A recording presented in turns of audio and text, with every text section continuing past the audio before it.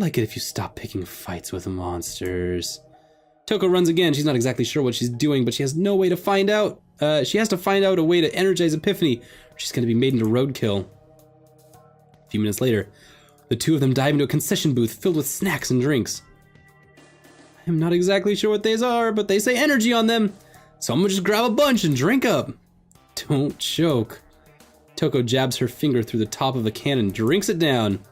Ugh, gross. Who would drink disgusting things like energy drinks?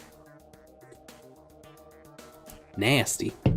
Tastes like gasoline and jet engine fuel. I guess it's the same thing. Sorry, it's the energy drink talking. Is it working? Kinda. It'd be a lot faster if you and her just had set. Well, this says 5 hours on it. What if we drank like 10? That's like 50 hours. Before Epiphany answers, Toko's already chugging another. Drink as many as I have to. It's an acquired taste. If I can do this, I'll never complain about spicy stuff again. Think you can fight now? I think I can not fall over after one punch, then I'll be out. Then we'll have to make it count. Look for something else to wake you up after that.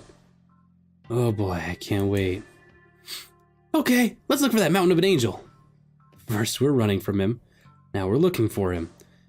Tonight we're gonna have a serious one-on-one talk. Again? Won't be the last either, based on how you like to do things. Yeah, Toko, you really, put yourself in a spot here. Like, you started this fight. The whole thing. There is no part of this that you did not pick. Like, y'all didn't have to fight, you know? I mean, sure, I guess she's doing totally heinous things or something against the demon code, but like, do that all through the proper channels. If you don't like how she's executing the angel code, demon code, whatever, take it up with, like, the administration. That's literally their job. I know we're not, like, friendly with the administration, but, like, that is their job. That's the thing that they're good at executing on, is people breaking this code. Whatever. Whatever. That's just me. That's just me. Toko, go for it. Toko peeks over the counter briefly and then crawls over it. Whoa! Barely a second later, the top of the booth disappears as a massive arm blows over it. Just whamp! Oh boy, this has not been my day for close calls. Sorry, earlier I said monster of the week.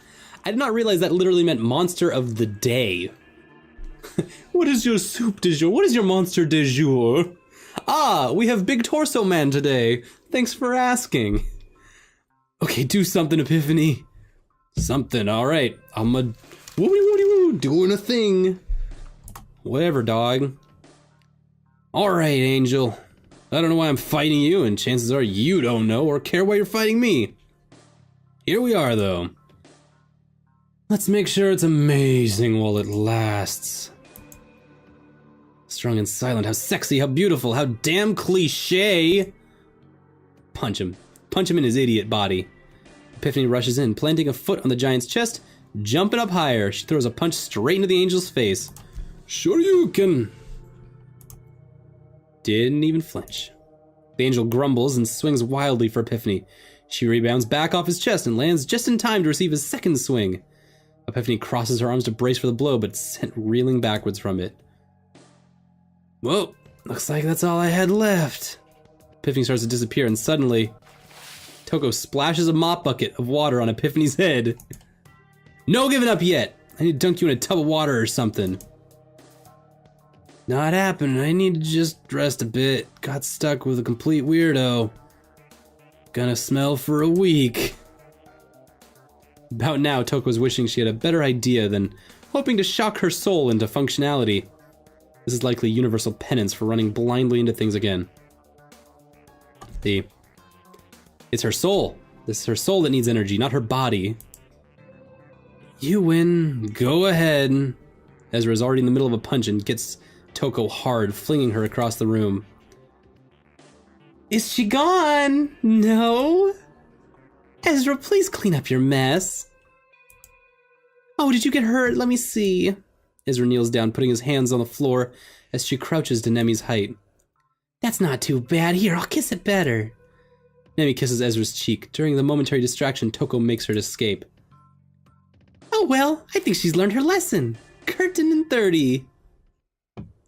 Hey, look who's back. It's our old friend Stephanie. Remember Stephanie?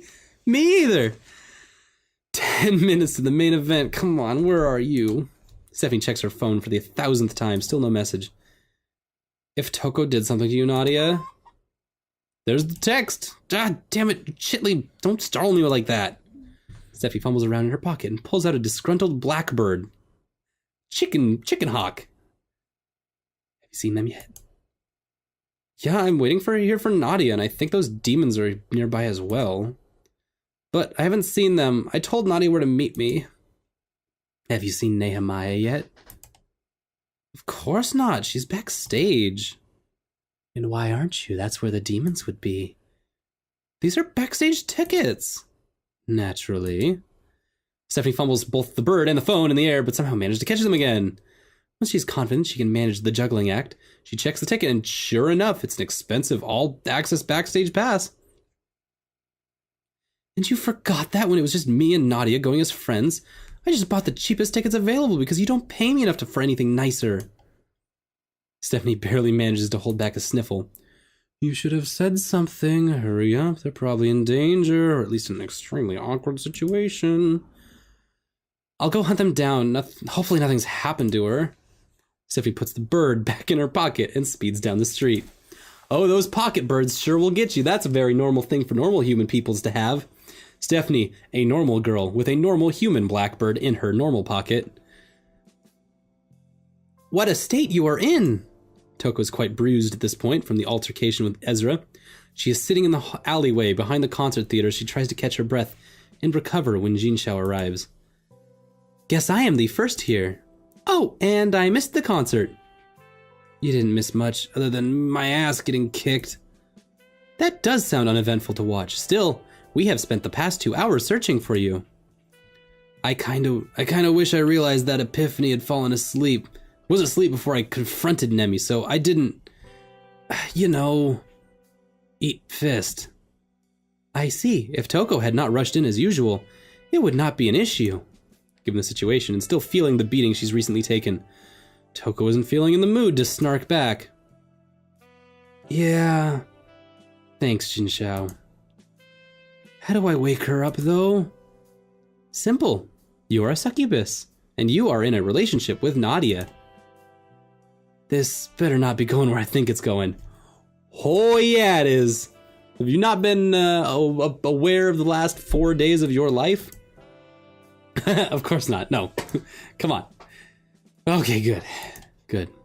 I think we've kept it real clean so far. We've been doing good on the morality of this video game level. I mean, I feel like we could get a little edgier sometimes, we can get a little more intimate, but no, we gotta earn that. We gotta earn that. Remember, this is chapter 0, the prelude. We gotta, work for it. I was going to suggest you have sex with Nadia. That's exactly where I thought you were going. Is that so? You are far dirtier than I anticipated. Toko gives Jin Xiao a deadpan look, although not one quite as good as those Jin Xiao can muster. Before she can retort about her sex life being none of Jin Xiao's business, she's interrupted. Relax. That was a joke. It wasn't funny coming from a robot. Jin Xiao shrugs nonchalantly. Rhapsody and I thought it was.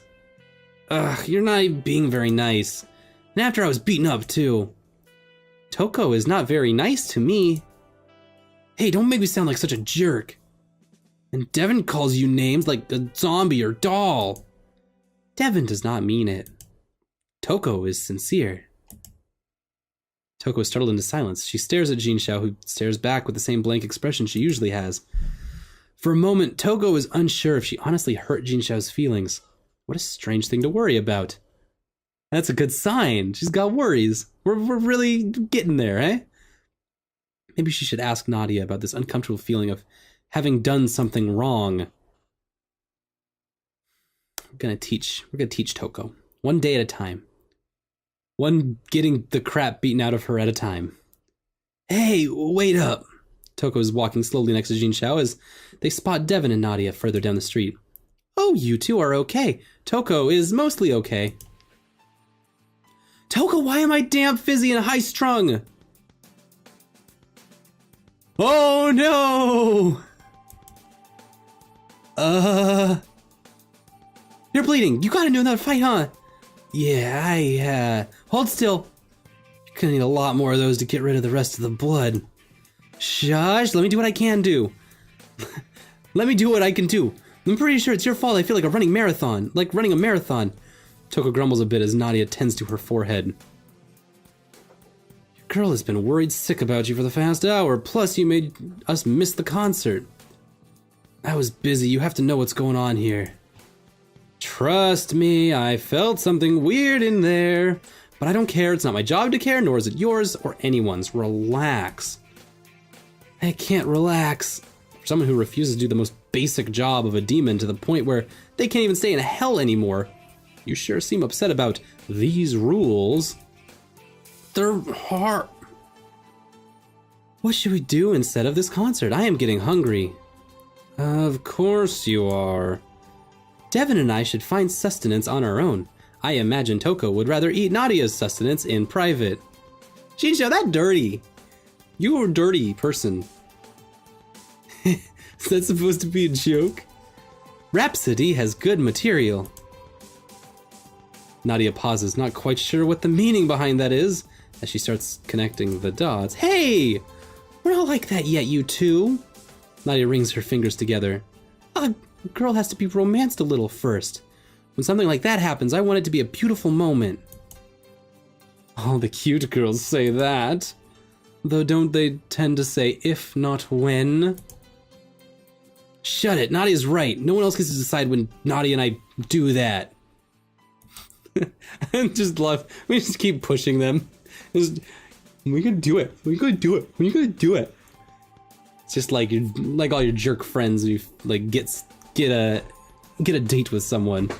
We can do it. We can do it. We can do it. We guys gotta do it. Nadia's blush goes from embarrassed to aghast. Xiao merely politely claps her hands. The thing is, I'm not sure what other options I have. So far, all I've heard is that I can just fuck my problems away. Really not helpful. This is a mess, huh? You two are overthinking it. Seriously, it's really not a big deal for you two to just fuck or whatever. Or whatever. So I like this. Let's talk about the manifestations of bodies here, right? 3 bodies. We've got Toko, we've got Nadia, and we've got Epiphany, right? So Toko is like the mind, right? The crux of all points goes through Toko.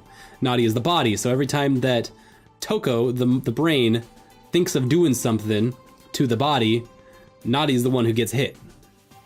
And whenever something happens, whenever Toko's soul is lit up or not inspired at all, Epiphany reacts to that. So we really got like some deep demonic connections here. I really like that. This game is really like I don't know, I guess occult friendly. Like they've got the rules down, and I kind of like how people are strung together by these invisible bonds that manifest themselves in really cool ways. This is like just these are cool bits happening here. Toko spent last night cuddling, right? Sharing a bed together and sleeping in each other's arms? That should give me all the energy I need for a lifetime. It doesn't count. I say it counts. If it doesn't count, then... Toko suddenly wraps her arms around Nadia. It's gonna count now. Embrace the coziness. You're warm. Are you enjoying yourself? Yeah, are you? Very much so. It still doesn't count. Actually, Jinxiao reaches into her jacket pocket and pulls out a small booklet. Succubia U, a guide to the perverse denizens of hell. Huh. Why do you even have something like that? It is important for demons to understand the strengths and weaknesses of other demons. She flips through it briefly, looking for something. It would seem that as long as Toko feels sexual gratification, she will gain energy. I believe it is important to assess now if Toko was turned on by cuddling Nadia last night. Oh my! Hey, you don't need to assess anything. So maybe if Epiphany is sleeping, it's not just because Sissy's sexual energy is low, it's because Toko was so turned on by cuddling against Nadia that Epiphany couldn't sleep. Xingxiao claps again. We got us a winner! And you get a new car! We figured it out. I see, this is our Toko. Hey, don't you two analyze my sex life. I don't particularly mind if that's the case. Not you two, we're going now. Going where? Oh snap. I hope you don't mind that I followed you. After all, I wanted to give my personal thanks to one of my most fantastic members of the Nemi Brigade. Especially one that would demand my attention so forcefully. Brigade gross. And just who are you talking about here exactly? Feeling a lot better, all juiced up, ready to rock, psyched out, burn. I get it. I don't mind you putting up a fight if you want. You can either have Ezra squish you into the pavement after you exhaust yourself, or have him get it over with now. Oh, and if your friends help. Okay, I'm getting really tired of this. Toko throws a wild punch at Nemi's smug face, but her whole arm is caught in a gigantic meaty grasp that swings her to the pavement. Idiot. Did you just try to actually hit me? Yeah. In the... Right in the face. Gonna hit you right in the face. How blandly cute. How about you actually try this time? Fine then, Epiphany, let's do this. Are you sure? I mean, you were doing so well with the punching thing. Alright, it's time for the first showing of Toko and the Angel Kickers. That is not going to be our name. I like the Sugar Project.